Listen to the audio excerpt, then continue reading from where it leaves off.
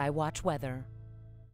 Well, indications are that we're going to have a decent impact when it comes to this winter storm this weekend. So let's kind of get to that in just a second. But here and now, it's beautiful, at least in terms of the skies, but you won't find many people wanting to get out in the cold as the Hunter Subaru Skycam network shows 20s and 30s. It is chilly. Yes, it is cold. There are more clouds off to the north of us and maybe a few flurries up there in the highest elevations, but it's the cold air that we're already experiencing and have been for days now, and it's just going to get reinforced this weekend by that winter storm. 17 when you wake up tomorrow morning, not very warm, not warm either by lunchtime, around 30. At least we'll get above freezing again tomorrow. There won't be as much sunshine to help melt off whatever's left of the weekend prior ice storm.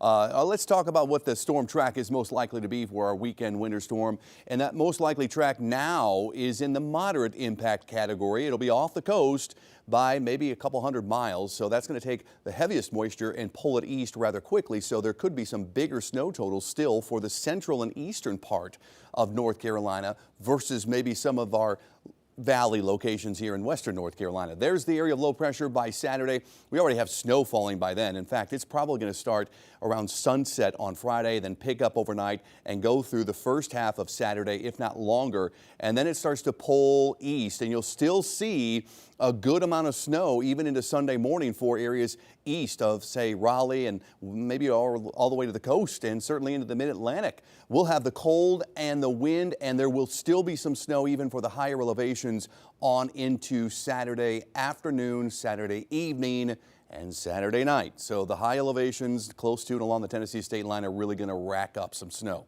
All right, we're talking the most likely scenario on the Euro model at this point, around 3 inches, just a little more than that on the GFS. However, I'm leaning higher end. Maybe that 4, maybe as high as close to 6 for Asheville. Why? Because this is going to be a powdery snow, and that means you can fluff it up to more inches than you would a heavier wet snow, which would compact. So we're thinking moderate to high impacts now for the snow, for the icy roads not because of freezing rain or sleet, because of the melting process initially, then the bitter cold moves in to ice up the roads. Anything that melts will certainly start to freeze up into Saturday morning, so just be aware of that. Sub-zero wind chills. These have not changed, holding steady, and this is not likely to change at all in terms of the impacts from the cold and the wind. They will be significant this weekend. Smokies could end up with about a foot or more. That's right, highest peaks right along the Tennessee state line could see up to a foot or more of snow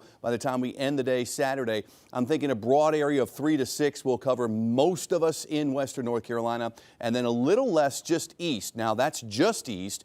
But if you go past Charlotte, the numbers could be more than the 3 to 6 that I'm forecasting for Asheville. So quite an interesting storm for the entire state and even into South Carolina. Look at these ridiculously cold wind chills. We're talking way below 0 into Sunday morning. That will be our coldest morning, but we're not going to feel warm any time soon through the weekend and even into Monday, frigid. So weather warn days continue. Even though the snow wraps up Saturday, it will still be pretty cold and icy Sunday into Monday.